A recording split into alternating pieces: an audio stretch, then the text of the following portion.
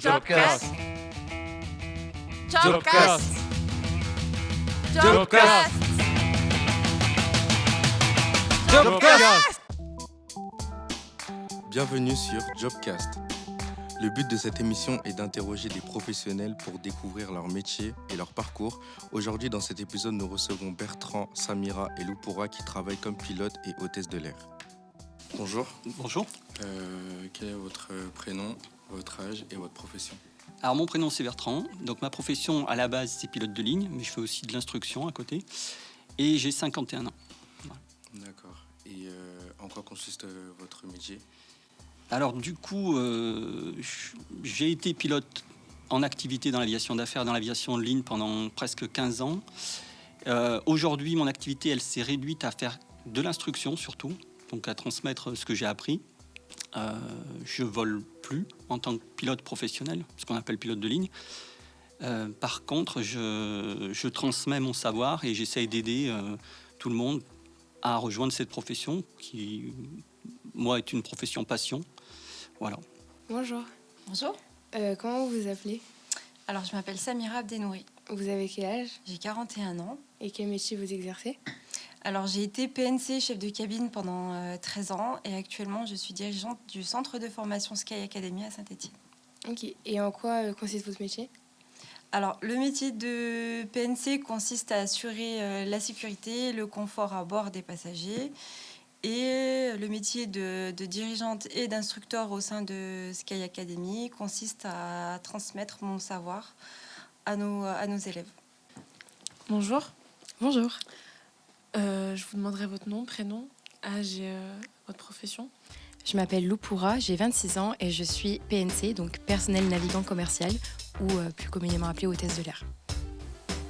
D'accord. En quoi consiste votre métier ? Donc, comme Samira l'a dit précédemment, ça consiste à assurer la sécurité des passagers à bord, ainsi que leur bien-être et leur confort pendant tout le vol. Comment est-ce que vous avez découvert ce métier ? Alors j'ai découvert ce métier en faisant un autre métier, j'étais réceptionniste en hôtellerie et j'ai rencontré beaucoup de personnels navigants à ce moment-là, dans le cadre de mon poste de réceptionniste, et en discutant avec eux, ils m'ont raconté leur quotidien de steward ou d'hôtesse de l'air, et c'est quelque chose qui m'a beaucoup plu. Donc je me suis renseignée un peu plus et finalement je me suis lancée. Pour ma part, moi j'ai découvert ce métier, je crois que ça s'est déclenché au moment d'une visite scolaire à Saint-Exupéry, à l'aéroport qui s'appelait à l'époque Lyon-Satolas. Et on nous avait emmenés en sortie pour visiter une caravelle et l'aéroport. Et je pense que c'est de là que s'est créée cette passion. En visitant cet avion, en fait, j'ai découvert qu'il y avait plein de boutons partout. Ça avait l'air d'être bien d'être devant, en fait. Et l'avion était stationné là pour les élèves. Et je devais avoir 7 ou 8 ans. Et après, je continuais à regarder dès qu'il y avait quelque chose à la télé qui parlait d'avions, qui montrait des avions. Ça m'intéressait. Je me suis acheté des magazines d'avions. Voilà. C'est parti comme ça. J'étais passionné. Voilà. Alors moi, j'ai découvert ce métier parce que plus jeune, ma grand-mère m'emmenait avec elle en vacances en Algérie. Et c'est de cette manière que j'ai découvert en fait cet environnement, et je savais que c'était là et nulle part ailleurs où je voudrais travailler. Je savais que le métier de pilote était inaccessible pour moi parce que j'étais tout simplement nulle en matière scientifique, mais par contre, j'excellais en matière littéraire. Donc voilà, je savais dès mon plus jeune âge que c'était là que j'avais envie de travailler. Est-ce que vous pouvez nous parler de votre parcours ? Moi, j'ai fait un BEP matière plastique et composite à Benoît-Fournéron, à Saint-Étienne, parce que j'étais pas très bon à l'école, en fait. Et sorti de ce BEP, j'ai pu retourner dans la filière, ce qu'on appelle générale, pour passer un bac G à l'époque, qui était commercial, économie et commercial. Donc, j'étais toujours pas très bon en maths. J'étais quasiment nul en langue anglaise, espagnol, et j'ai passé quand même mon bac que j'ai eu, et à l'issue de ce diplôme, j'ai commencé à chercher du travail. Donc j'en ai trouvé à l'époque c'était l'entreprise des Joyaux à Saint-Étienne, vers Andrézieux d'ailleurs, et j'ai pu me faire un peu d'argent, et j'avais qu'une envie, c'était voyager. Donc toujours, je pense, plus ou moins en étant attiré par les avions. Donc je suis allé au Vietnam, et au Vietnam je suis resté relativement longtemps. J'ai appris un petit peu la langue. Et j'allais voir les musées d'avions qu'ils avaient au Vietnam. À l'issue de la guerre du Vietnam, il y avait encore beaucoup d'épaves d'avions à voir. Et quand j'en suis revenu, il a bien fallu que je me remette à travailler. Donc, j'ai recommencé à travailler. J'ai trouvé du travail dans une entreprise qui faisait de l'installation de radiodiffusion. Donc, dans les stations radio, j'ai économisé de l'argent. On m'envoyait en mission. Des fois, je prenais l'avion. Je pouvais discuter avec les pilotes sur des petits avions. Ça allait bien. Et un jour, je me suis dit qu'il fallait que je franchisse le pas. Donc, j'avais mis un peu d'argent de côté. J'avais commencé une formation à l'aéroclub de Saint-Étienne. Et voilà comment je suis rentré doucement dans ce métier, vraiment par la petite porte. Parce que c'était trop tard pour mon âge. Je ne pouvais plus intégrer des écoles comme l'école de l'aviation civile. J'avais dépassé les prérequis. Et je pense qu'à l'époque, en plus, on me demandait d'avoir moins bac plus 2, ce que je n'avais pas. Alors moi j'avais une passion en parallèle de l'aérien, c'était la danse. Donc moi j'ai été prof de danse à partir de 18 ans. J'ai passé mon bac et en parallèle donc des cours de danse que je donnais, j'ai également été à la fac, en fac de langue pendant 2 ans. Et ensuite à l'âge minimum requis, donc à l'époque à 21 ans, j'ai passé ce qu'on appelait le certificat de sécurité sauvetage. Et peu de temps après, j'ai été recrutée, donc j'ai dû ensuite abandonner la danse. Voilà. Moi, j'ai commencé par faire un master en communication internationale. Je pensais que c'était vraiment ce qui me plairait, la communication. Et au final, quand je me suis confrontée à la réalité du métier, qui était d'être dans un bureau de 9h à 17h, je me suis rendu compte que ça me plaisait pas du tout. Donc j'ai tout quitté et je suis partie travailler pour le Club Med. Donc j'ai voyagé un peu à cette occasion-là. J'étais chorégraphe. Donc j'avais la même passion que Samira, finalement, la danse. Et donc j'ai fait ma petite expérience au Club Med qui m'a beaucoup plu. Puis ensuite, j'ai voulu revenir un peu par ici pour revenir vers mes proches. Et c'est à ce moment-là que j'ai travaillé en tant que réceptionniste dans un hôtel, parce que ce qui me plaisait le plus dans toutes mes expériences, c'était le contact avec le client. C'était vraiment ce que je chérissais le plus, l'humain. Et donc, dans ce travail de réceptionniste, je retrouvais beaucoup ce côté humain. Et ça m'a permis de faire de très belles rencontres qui m'ont amenée là où je suis aujourd'hui. Jobcast, bienvenue sur Jobcast.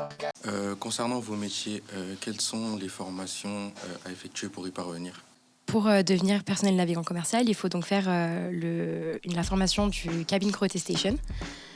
Pour passer le CCA, c'est une formation qui se fait en quelques mois et qui nous apprend la sécurité et tout ce qui est le secourisme aussi, afin de pouvoir venir en secours aux passagers qui sont à bord de l'avion. Et après cette formation-là, on a une épreuve théorique puis une épreuve pratique qu'on doit obtenir pour être diplômé. Pour être pilote professionnel, on est obligé de passer différents diplômes théoriques, un peu comme le CSA d'ailleurs. Donc du coup, j'ai dû passer ce qu'on appelle l'ATPL, c'est l'Airline Transport Pilot License. Et ça se passe sur 2 ans à peu près. Il y a 14 modules à passer qui vont des facteurs humains, la réglementation, la météo, la mécanique du vol et la communication. Et il faut avoir chacun de ces modules. On a le droit à quelques échecs, mais si c'est trop nombreux, il faut tout reprendre à zéro, donc c'est très compliqué. Et donc pendant les 2 ans où, en parallèle de mon travail, j'ai passé en candidat libre en fait la théorie du pilote de ligne. Et une fois que j'ai pu avoir ces 14 modules, j'avais réussi mon pilote privé avion à l'aéroclub de Saint-Étienne. Et j'ai pu continuer à voler ensuite à rejoindre une école de pilotage à Nîmes. Et ma formation, en fait, m'a amené à être pilote professionnel, qualifié aux instruments et travailler en équipage. Voilà. C'était le minimum pour pouvoir exercer mon métier.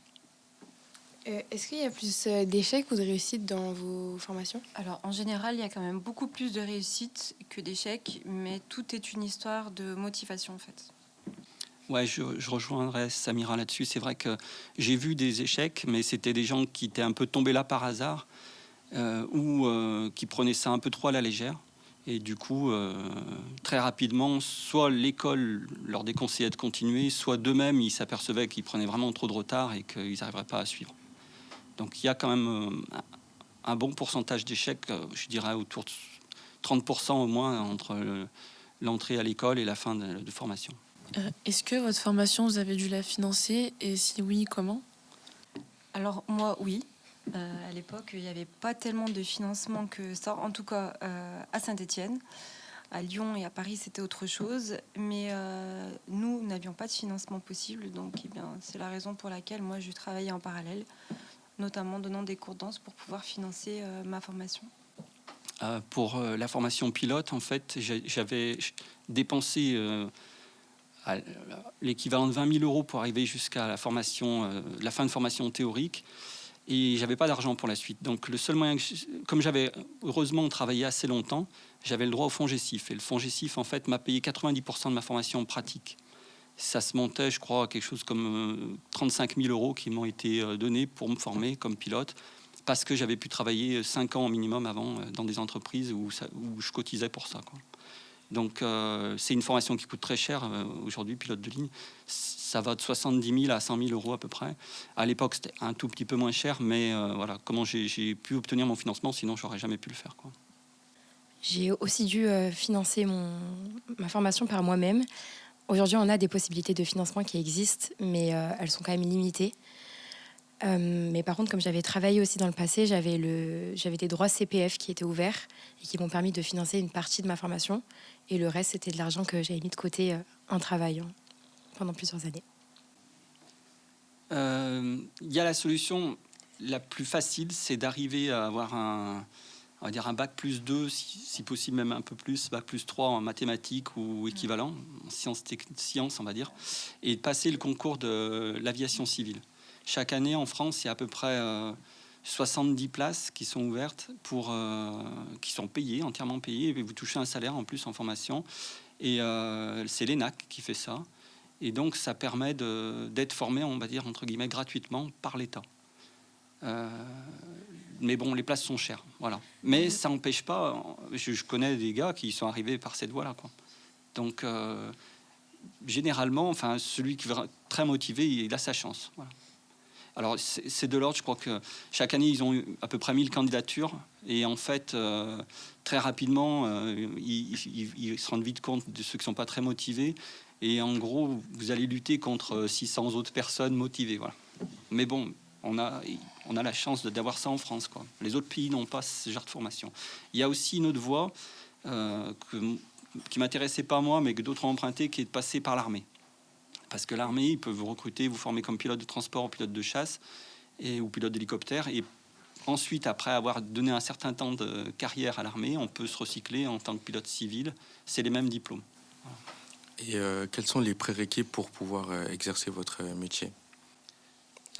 Pour un pilote, le prérequis, c'est une certaine santé, mais il ne faut pas exagérer non plus. Avant, il y avait des normes très strictes. Aujourd'hui, par exemple, la vision, c'est plus trop un problème. Si on a des lunettes qui corrigent la vue, c'est faisable. D'être bon en maths, je dirais que non, parce que moi, je ne le suis pas vraiment. Faut être un peu logique, c'est tout. On peut y arriver. Voilà. C'est plutôt être presque bilingue. Ça serait déjà un bon point. Et puis après, essayer d'avoir une bonne ouverture d'esprit au niveau plutôt une connaissance générale de la géographie mondiale pour pouvoir se positionner rapidement sur les vols à venir, etc. Et puis après, dans l'aviation, il y avait beaucoup d'accidents qui sont arrivés à cause d'une mauvaise cohésion entre équipages. Donc du coup, on a vraiment acté sur le facteur humain. Et quelqu'un qui ne sait pas se tenir dans un avion ou qui ne sait pas parler à son copilote ou son commandant de bord, ça créera des problèmes. Donc aujourd'hui, voilà, il faut s'adapter rapidement, quoi. Alors pour les PNC, je dirais qu'il faut déjà répondre à une aptitude physique et mentale, donc être également en bonne santé. Il faut également savoir nager, il faut savoir parler en anglais. Et à côté de ça, évidemment, il faut être disponible, il faut être flexible, il faut être souriant, il faut être avenant.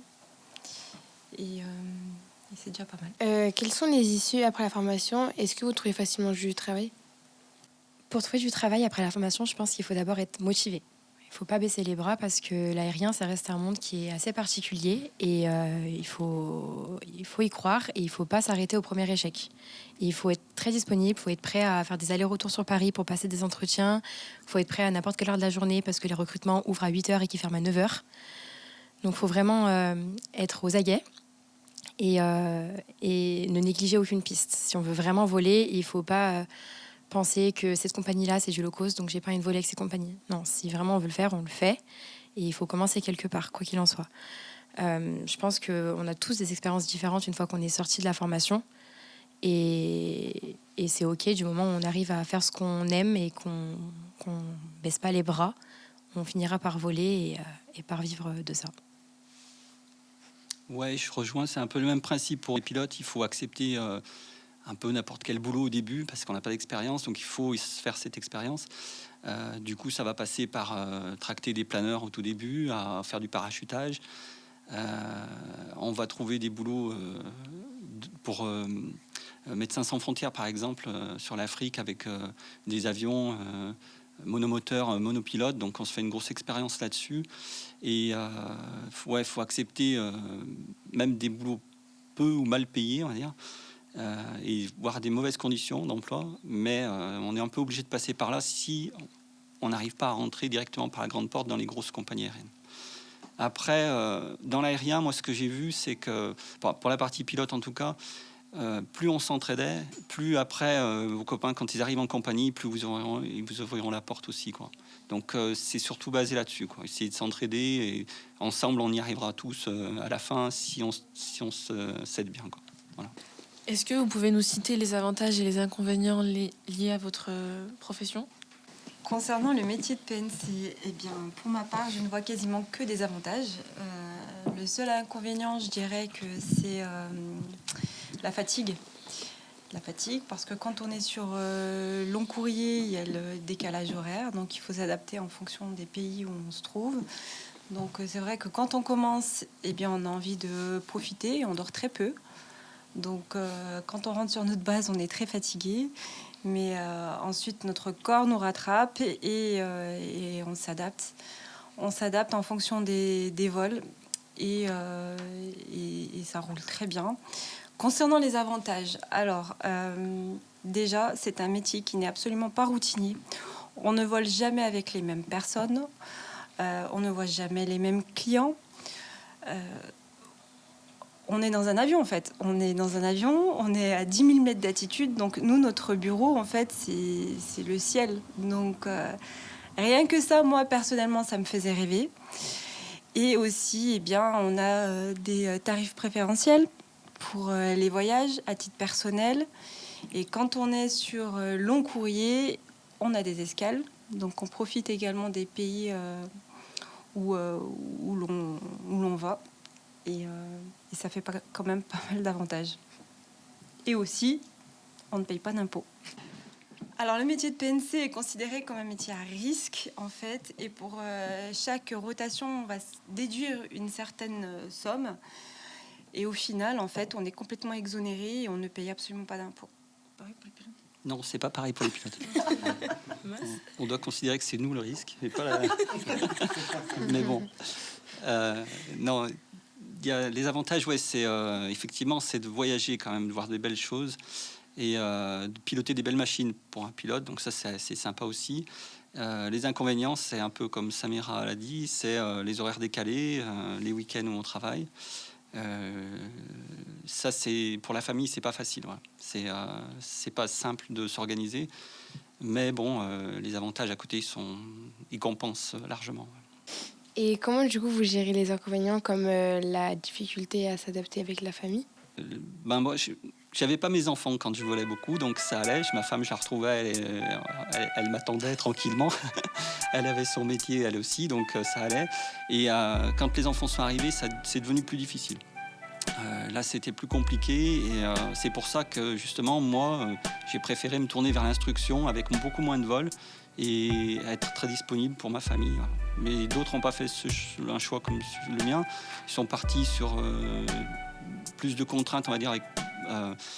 Soit ils vont habiter proche de leur base de départ, donc ça implique que toute la famille déménage, soit ils vont faire le trajet en plus, qui va entraîner encore plus de fatigue. Voilà.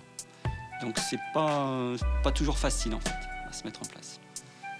Moi j'ai envie de dire que c'est une question d'organisation, qu'il faut trouver un équilibre entre la vie privée et la vie professionnelle. Et à partir du moment où on trouve un conjoint qui respecte ça, ça pose pas vraiment de problème. Est-ce que vous trouvez que vous avez des bonnes conditions de travail par rapport à votre métier? Moi, je dirais que oui. Encore une fois, c'est une question d'organisation si vraiment on veut vivre ça pleinement. Comme on l'a mentionné avant, c'est vrai qu'on peut être basé loin de là où on habite. Et ça aussi, il ne faut pas que ce soit un frein lorsqu'on veut exercer ces métiers-là. On peut habiter à Saint-Étienne et être basé à Paris. Ou alors être basé carrément à l'étranger. Il y en a qui sont basés à Madrid, par exemple, en Espagne.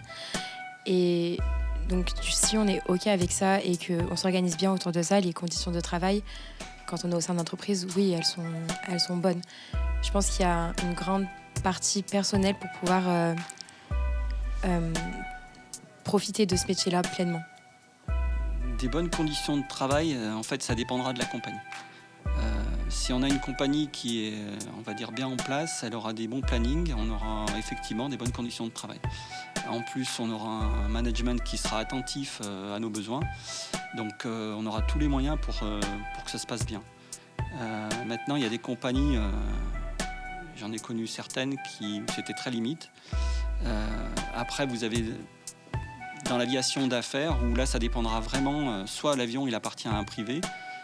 Ça a des avantages, par exemple, parce que la personne, elle va prendre soin de l'avion, même en tant que passager, elle va rien salir, elle va rien abîmer, c'est son avion. Soit c'est des avions qui sont loués, donc à ce moment-là, vous avez des passagers, des VIP, on va dire entre guillemets, qui soit vont pas se tenir à bord, ça va être le chaos, soit vous allez aussi avoir la compagnie qui va vous envoyer un peu n'importe où, n'importe quand, et là, vous n'avez plus de planning, et du coup, vous perdez tous les avantages de votre métier, quoi. Après, dans les bonnes compagnies en vol régulier, généralement on a des bons plannings, donc ça devient une vie assez standard et bien calée. Il n'y a pas trop de surprises. Est-ce qu'en fonction de vos métiers, vous avez un rôle de maintien de l'ordre au sein de l'appareil? Alors, pour les équipages techniques, donc pilotes, on n'a pas un rôle de maintien de l'ordre à proprement parler. Avant le décollage, par exemple, s'il y a un événement à bord qui nous conduit à demander l'intervention de la police au sol ou de la douane ou autre, ça sera remonté par les PNC, justement, qui sont au contact des passagers. Après, en cas de besoin, il peut y avoir un membre d'équipage technique, donc un pilote, qui peut aller prêter main forte à l'arrière s'il fallait vraiment en venir aux mains ou être plus ferme. Mais souvent, on délègue le rôle en fait au PNC. Alors, nous sommes censés faire régner l'ordre. Si jamais on a un souci, on doit faire remonter le problème à notre responsable hiérarchique, qui est le chef de cabine. Et si effectivement nous n'arrivons pas à résoudre le problème, nous avons la possibilité en fait de faire intervenir le patron, qui est le commandant de bord, et qui, de manière générale, lorsqu'il arrive avec ses 4 galons, arrive très bien à calmer la situation. Donc, en général, il n'y a pas trop de débordements. On arrive bien à canaliser les situations avec les techniques qui ont aussi ce rôle un petit peu de sécurité. Est-ce que c'est un métier que vous pouvez exercer sur le long terme? Alors, me concernant, oui, je pense que ma compagnie n'aurait pas déposé le bilan, je serais encore en train de voler. C'est parce que la compagnie a déposé le bilan qu'avec ma collègue, on avait donc déjà au préalable cette idée de monter un centre de formation à taille humaine sur la région pour faciliter en fait les candidats de la région à faire la formation ici à Saint-Étienne. Mais si j'avais la possibilité, là maintenant, demain, de retourner dans un avion, j'irais. Et je pense que je ne ferais pas d'autre métier. Sur le long terme, un pilote, ça dépendra comment il va gérer sa vie de famille et la fatigue. Je pense que j'ai connu beaucoup de pilotes qui continuaient d'exercer la profession alors qu'ils n'avaient plus l'intérêt d'aller voler, mais parce qu'ils ne savaient pas faire autre chose en fait. Enfin, c'est ce qu'ils pensaient ou ils étaient finalement dans ce confort-là, ils y restaient même s'il y avait des inconvénients ou des avantages. Voilà. Sur le long terme, moi je ne suis pas allé... J'aurais pu continuer à voler, je ne l'ai pas fait parce que j'avais mes enfants et qu'en fait, je trouvais un intérêt à faire de l'instruction. Donc, je restais au sol, mais au moins, je continue à parler d'avion. C'est tout ce qui m'intéresse. Je suis assez d'accord avec tout ce qui a été dit. Je pense qu'il y a des personnes qui vont s'épanouir toute leur vie en étant dans l'avion et qui vont pouvoir trouver un bon équilibre en faisant, par exemple, des courts courriers plutôt que des longs courriers qui vont leur permettre de rentrer tous les soirs chez eux. pour s'occuper de leur famille. Et il y en a qui vont adorer rester sur du long courrier et qui vont réussir à trouver un équilibre comme ça. Et pour ceux qui ne le trouvent pas, en effet, il y a toujours les possibilités d'exercer au sol en étant instructeur ou formateur. Donc je pense qu'il y a pas mal d'axes d'évolution dans ces métiers-là et qu'on peut toujours parler de notre passion ou faire notre passion d'une manière ou d'une autre. Bienvenue sur Jobcast. Pouvez-vous nous expliquer une journée type ? Alors, une journée type pour un pilote, ce sera plutôt une semaine type ou un mois type. En fait, on va avoir des plannings 7 jours on. On va partir travailler sur 7 jours et 5 jours off. C'est ce qu'on retrouve le plus souvent. Le premier jour est fait pour rejoindre la base de départ et le dernier jour pour rentrer à la maison. Il peut y avoir quelques petits décalages, mais ce n'est pas excessif. Quand on part dans l'aviation d'affaires, par contre, il y a des entreprises pour lesquelles j'ai bossé où il n'y avait pas de planning réellement. Donc, en gros, on était tout le temps disponible. Et on partait amener des passagers un matin, par exemple, au Luxembourg, et on restait toute la journée à attendre la fin de la journée de travail du passager pour le ramener chez lui. Donc, ça dépend encore une fois des compagnies, du type de vol. Ceux qui font du fret par cargo, etc., c'est des vols de nuit principalement. Et c'est un engagement toujours pareil sur une semaine et après 5 jours off. C'est ce qu'on retrouve le plus souvent. Alors pour les PNC, de manière générale, on a un planning au mois. Une journée type, alors il faut arriver environ 1h30 avant le décollage à l'aéroport pour assister au briefing avec tous les membres d'équipage, y compris les PNT, donc les techniques, commandant de bord et copilotes. Ensuite, après le briefing, on arrive à bord pour effectuer ce qu'on appelle une checklist. Donc, il va falloir vérifier tous les équipements fixes et mobiles de l'avion, de manière à partir de manière pérenne pour effectuer un vol. Ensuite, il y a l'embarquement des passagers, s'ensuit le vol, donc le roulage, ensuite le décollage, la croisière et l'atterrissage et le débarquement des passagers. Ensuite, il y a un débriefing. Et si on est sur notre base, donc on rentre chez nous. Et si on est en escale, à ce moment-là, on part directement à l'hôtel. En fonction de votre métier, quel est votre emploi du temps et est-ce que le rythme de travail peut être plus élevé dans une compagnie que dans une autre ? C'est compliqué de parler d'emploi du temps parce qu'on n'a jamais les mêmes. Et effectivement, ça varie en fonction des compagnies aériennes et également des vols sur lesquels on est amené en fait à opérer. Parce que si on est sur long courrier, on ne va effectuer que 4 vols maximum par mois. Si on est sur moyen courrier, en général, c'est 3-4 vols par semaine. Et ensuite, sur court courrier, on peut voler jusqu'à 5 fois par semaine. Donc le rythme est complètement différent qu'on soit sur court, sur moyen ou sur long courrier. Ouais, c'est un peu la même chose pour les pilotes. On a les mêmes rythmes que les PNC. Sauf dans toujours le cas de l'aviation cargo ou de l'aviation d'affaires où il va y avoir des variantes. Mais en gros, l'aviation d'affaires, c'est en journée. Le cargo, c'est la nuit. Et après, c'est des plannings suivant les vols court courrier, moyen courrier, long courrier. 3-4 vols par mois ou 3-4 vols par jour en court courrier. Est-ce que vous avez une anecdote à nous raconter ? Alors on en a pas mal. Il y en a une qui concerne un petit peu le bizutage des nouveaux. Au moment de l'atterrissage, on leur demandait de se mettre en plein milieu de la cabine et de sauter pour faire sortir le train d'atterrissage pour pouvoir atterrir. Les passagers se demandaient pourquoi les PNC se mettaient en plein milieu de l'avion pour sauter.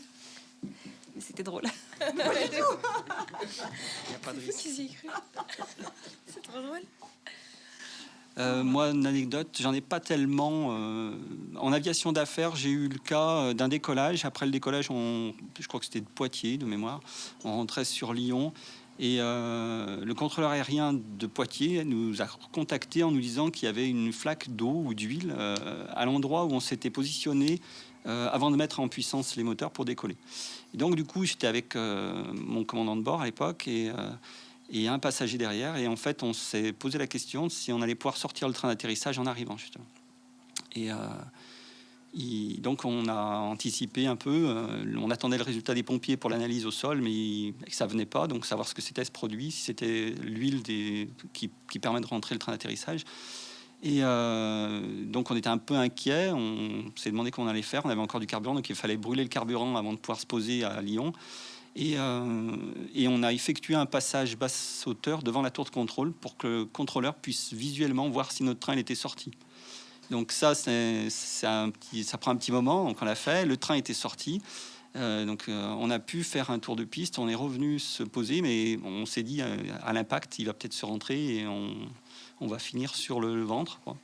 Et en fait, non, il a résisté. Voilà. Donc c'était un petit peu un moment de stress. Voilà, ça s'est bien passé, mais c'est les aléas du métier, quoi. Est-ce que votre travail comporte des responsabilités ou une forte charge mentale? Des responsabilités, oui. Parce que quand on a 220 passagers à gérer, c'est une responsabilité. Une forte charge mentale, ça dépend des jours, ça dépend des vols. Moi, j'ai eu une expérience qui m'a fortement marquée. C'était mon 2e vol. J'allais sur l'île de la Réunion.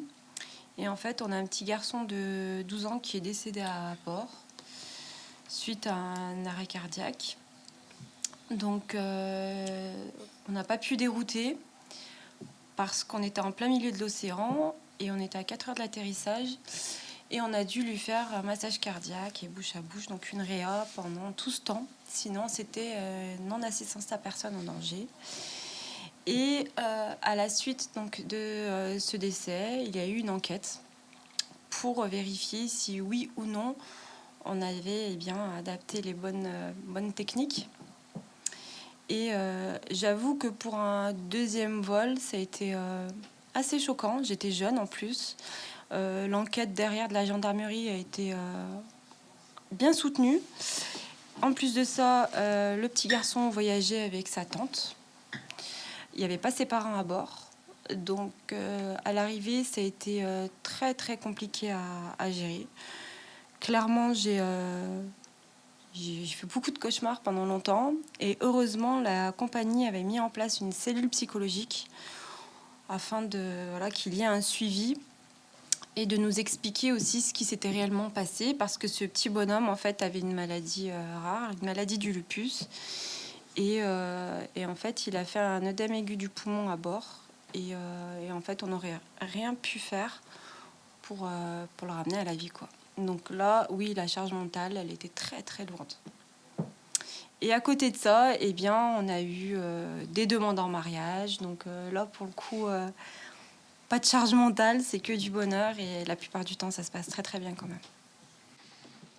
Alors, pour le côté pilote, les responsabilités, il faut que la conduite du vol elle se passe bien, qu'on respecte beaucoup d'impératifs, les créneaux. On doit aussi donc amener les passagers à bon port, donc il faut vraiment rien laisser au hasard. Et la charge mentale, elle est forte en fait à certaines phases du vol. Au moment du décollage, ça va se calmer un peu pendant la croisière, et après c'est la préparation en vue de l'approche, et là il y a tout à se remettre au travail, etc. Mais en soi, c'est pas quand on est bien entraîné, bien préparé, et qu'on travaille bien avec son commandant de bord ou son copilote, généralement ça se passe toujours bien. Voilà. Jobcast, bienvenue sur Jobcast. Jobcast. Est-ce que vous pouvez nous parler de votre première expérience dans votre métier? Le premier boulot qui m'a été proposé de pilote, c'était dans l'aviation d'affaires à Lyon-Bron. Et c'était un copain qui devait aller travailler, il ne pouvait pas y aller, et il m'a cédé sa place. Donc je me suis présenté, j'avais mes diplômes, j'avais tout. Et je suis arrivé devant un avion d'affaires, donc c'était un petit avion qui était 8 places passagers et 2 pilotes. Et je rencontre le commandant de bord qui m'a dit, on s'est mis un peu à discuter, et j'ai vu qu'il était un peu plus jeune que moi. Il était très sympathique, et c'est devenu un très bon copain. Et à un moment donné, il m'a parlé, et puis il m'a dit, j'ai que 25 heures de vol sur l'avion, ce qui est très peu en fait. Et il m'a demandé si ça me faisait peur. Et je lui ai dit, non, on va y aller comme ça. Et voilà, c'est la première expérience. Je me suis retrouvé dans un avion avec un commandant de bord qui était tout jeune sur l'avion et qui avait très peu d'expérience, mais qui était très pro. Et du coup, ça s'est bien passé. Voilà. Ça m'avait marqué parce que je m'étais dit, c'est marrant de voir un gars aussi confiant, avec aussi peu d'expérience, et qui était parti. On est partis tous les deux en vol, et ça s'est fait. Voilà. Alors pour ma part, ma première expérience, c'était chez Air Bourbon. Donc c'était une compagnie long courrier qui desservait notamment l'île de la Réunion. Donc j'étais basée à Paris et en fait, mon premier vol, j'ai pas dormi toute la nuit. J'étais tellement excitée et j'avais envie de tout faire dans l'avion. Donc quand on est sur long courrier, on a des tours de repos. Donc j'avais même laissé mon tour de repos à un PNC. Je voulais vraiment tout faire, mais je me suis vite calmée après. Je pourrais pas encore vous parler de ma première expérience dans le métier parce que je commence très bientôt. J'ai pas encore commencé, mais par contre, je peux vous parler rapidement des expériences d'entretien pour postuler en tant que PNC. Et ça peut être quelque chose de très impressionnant, les entretiens, notamment quand c'est pour de grandes compagnies nationales.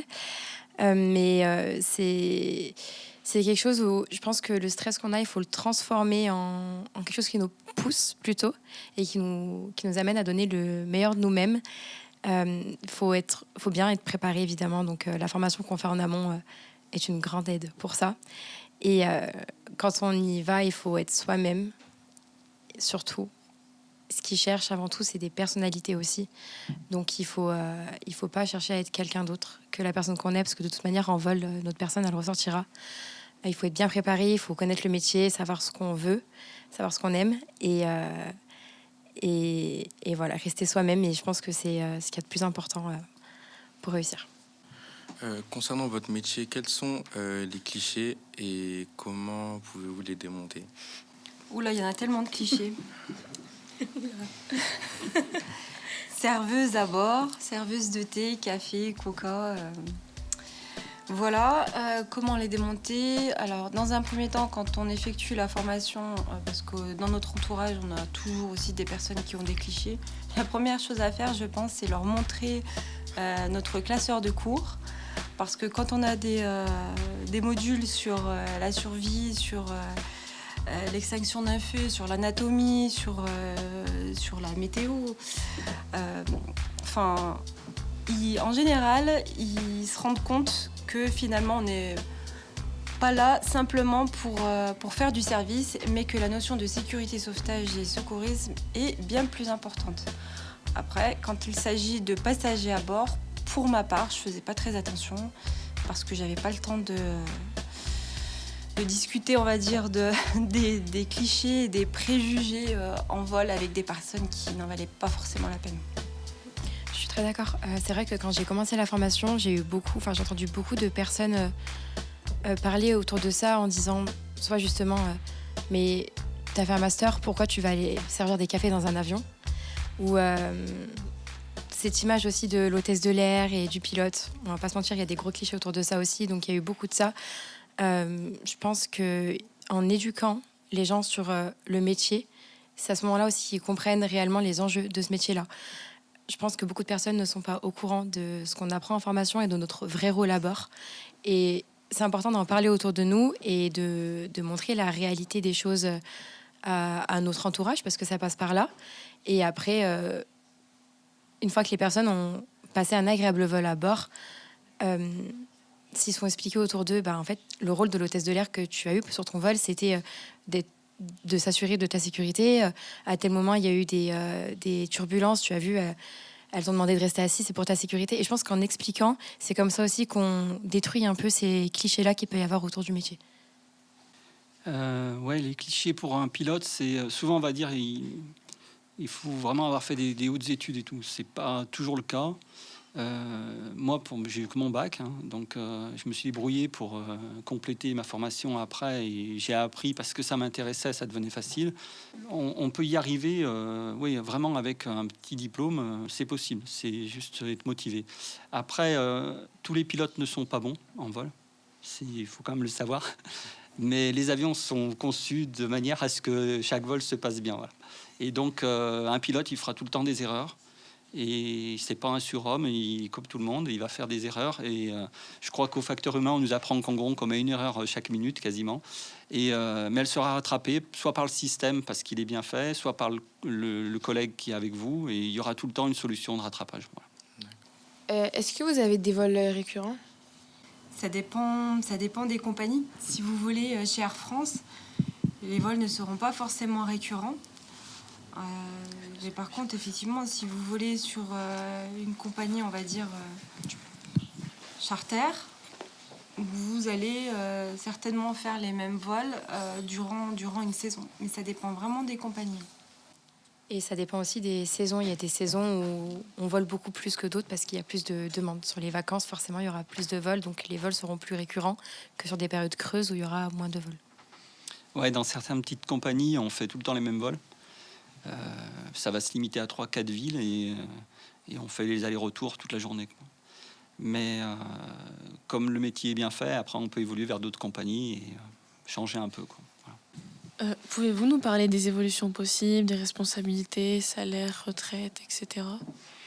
Alors, pour les PNC, donc, on commence en tant qu'hôtesse steward. Ensuite, on peut évoluer et devenir chef de cabine. Si on est sur des gros porteurs, on peut devenir chef de cabine principal. Ensuite, on peut devenir instructeur. Et ensuite, également, chef de base ou chef PNC. Concernant les salaires, eh bien là encore, ça va dépendre des compagnies. Donc, il y a des compagnies, vous allez commencer peut-être avec un salaire à 1 500 €, puis il y en a d'autres, ça peut être 3 000 €. Mais ça dépend vraiment des compagnies. Ouais, les évolutions d'un pilote, logiquement, on va démarrer en tant que copilote. Ce qu'on appelle copilote, en fait, c'est pilote monitoring et pilote flying, ce qu'on diffère les deux. On a le même poste qu'un commandant de bord, mais on est sous sa tutelle. En gros, la responsabilité finale sera prise par le commandant de bord. Donc on se fait son expérience qui prend entre 5 et 10 ans avant de pouvoir passer nous-mêmes commandant de bord. Ensuite, on peut évoluer dans certaines compagnies en tant que directeur des opérations ou chef de secteur sur certains types d'avions. Par exemple, chez Air France, vous allez avoir un chef de secteur pour chaque type d'avion différent, d'A350, Boeing 787, 787. Donc, les évolutions, elles sont assez importantes. Après, on peut passer à instructeur, examinateur aussi, pour valider les licences des autres pilotes. Et toujours continuer à voler en tant que commandant de bord classique à bord d'un avion. On peut devenir ensuite instructeur pour qualifier sur des nouveaux avions. Et au final, les évolutions, elles sont nombreuses. Les salaires, ça va démarrer des petites compagnies aériennes qui vont vous payer 1 000 € par mois, en volant beaucoup en plus. Et arriver, sinon, la moyenne en France sur un pilote de ligne débutant, c'est autour de 4 000 € par mois. Quand on passe commandant de bord, ça va de 6 000 à 8 000 €, voire plus sur certaines compagnies. Par contre, tout dépendra si on vole beaucoup.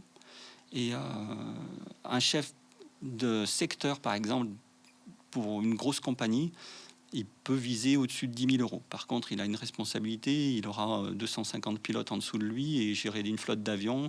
Il parle directement avec la direction, donc ça devient après des grosses contraintes, c'est lourd, quoi. Mais le salaire, voilà, ça dépend des compagnies. Dans l'aviation d'affaires, on peut être payé que 1 000 ou 1 500 € par mois, comme on peut être payé 15 000 € par mois. Ça dépendra encore une fois du type d'avion, des personnes que vous transportez dedans, et c'est très très variable. Mais on passera un long moment quand même avec un salaire faible. Voilà. D'un point de vue un peu plus large en ce qui concerne les PNC, c'est important aussi de garder en tête le fait qu'on commence très souvent en CDD. Donc c'est des contrats à durée déterminée. Ça peut être 6 mois, ça peut être 1 an, mais très souvent on enchaîne tout d'abord les CDD avant d'avoir un CDI. Et je pense que ça aussi, c'est bien de l'avoir en tête.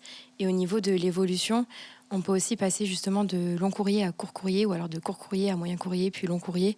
Donc c'est vrai que c'est un métier qui peut avoir plein d'évolutions différentes selon la tournure que notre carrière prend. Bienvenue sur Jobcast. Bienvenue sur Jobcast. Pourquoi avoir choisi ce métier? Est-ce que c'est dû à une expérience ou peut-être le conseil d'un ami, ou c'est vraiment de votre choix personnel? Alors pour ma part, c'est parce que j'ai pris l'avion très jeune avec ma grand-mère et que j'avais absolument envie d'exercer, on va dire, dans ce cadre-là. Et aussi parce que j'étais intéressée par par les différentes cultures, par le fait de parler l'anglais, oui, peut-être pas couramment, mais régulièrement, de ne jamais avoir la même routine. Donc c'était vraiment pour moi le métier idéal, quoi. Ça correspondait, on va dire, à ma personnalité. C'est un peu la même chose pour moi. C'était le métier idéal par rapport à mes anciennes expériences où j'avais pas mal voyagé, mais où je restais loin de chez moi sur des longues périodes. Là, c'est plus de l'aller-retour, donc ça permet de... C'est un peu plus léger à ce niveau-là quand on a des proches avec qui on a envie d'être.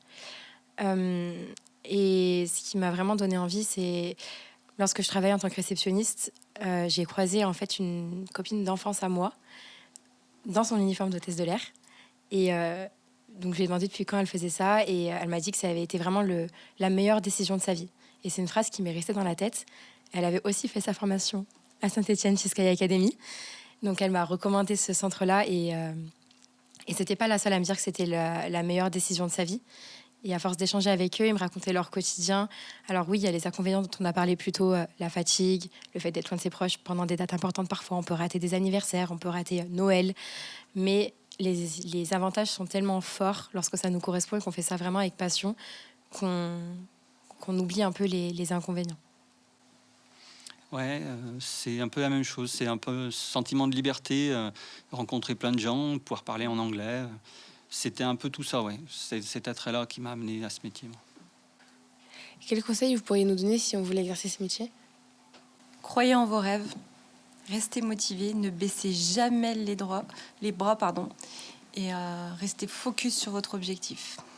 Ouais, je dirais, faut pas se fier qu'à un avis. J'ai entendu des gens qui disaient, on peut pas, tu seras jamais. On me disait à moi, tu pourras jamais être pilote parce que t'as pas un niveau qui sera suffisant.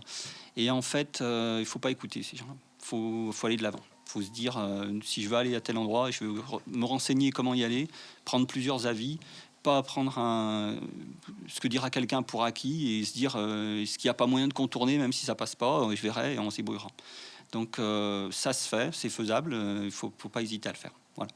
Si c'est vraiment ce que vous voulez et que vous le faites avec le cœur, il faut pas du tout baisser les bras. Vraiment, il faut croire en vous, il faut aller au bout des choses. Et il faut pas hésiter à aller demander de l'aide autour de vous. C'est un secteur qui est certes compliqué parce que précaire, parce qu'il a ses inconvénients, mais ce qui ressort beaucoup, ce que moi en tout cas j'ai fait l'expérience, c'est qu'il y a beaucoup d'entraide, comme on en a parlé plus tôt. Et donc, il ne faut pas hésiter à aller chercher de l'aide autour de vous, à poser des questions, si jamais il y a un entretien qui arrive, à demander de l'aide pour passer cet entretien-là. Si c'est pendant la formation qu'il y a des difficultés, aller demander de l'aide à vos collègues pendant la formation pour réviser ensemble. Voilà, il ne faut vraiment pas hésiter à s'entourer des bonnes personnes, à demander de l'aide. C'est vraiment des belles rencontres pendant tout le long de l'expérience et pas baisser les bras. Merci, c'est très touchant tout ce que vous venez de nous dire. C'est très intéressant aussi, c'est à prendre en compte. Et voilà, je vous remercie d'avoir répondu à nos questions. Avec plaisir. C'était un plaisir. Merci à vous de vous intéresser au métier et de nous avoir posé toutes ces questions. C'est la fin de notre épisode sur les métiers de pilote et hôtesse de l'air. Merci à Loupoura, Samira et Bertrand d'être venus répondre à nos questions. Merci à Emmanuel, Emeline et Shaima de les avoir écrites et de les avoir posées. On se retrouve une prochaine fois pour un nouvel épisode de Jobcast.